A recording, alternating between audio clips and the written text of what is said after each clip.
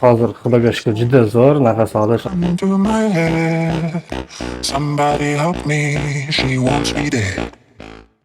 Yoshligimdan o'zi nafas olishda qiyinlik bo'lgan. Oxirgi paytlar o'zi bitib, umuman suv oqib, nafas olish juda qiyin bo'lib qoldi. O'shanda Toshkent lor centerga keldim.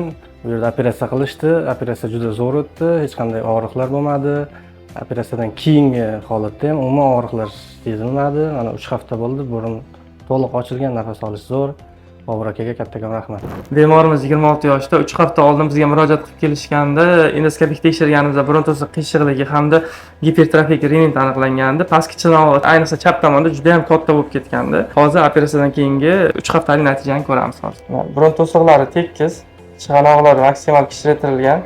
Bu yoqda ozgina korka yig'ilib turibdi. Dimoqlari ko'rinib turibdi. Mana chap tomondan ko'rinishi. Burun to'siqlari tekis, chig'anoqlar kichraytirilgan. Chap tomonda umuman dostуп yo'q edi. Nasoy xot bekilgandi. Mana ko'rib turibsizlar, juda ham chiroyli qilib ochdik. Sizlarda ham burundan nafas olish qiyinligi muammosi bo'lsa, albatta bizga murojaat qiling.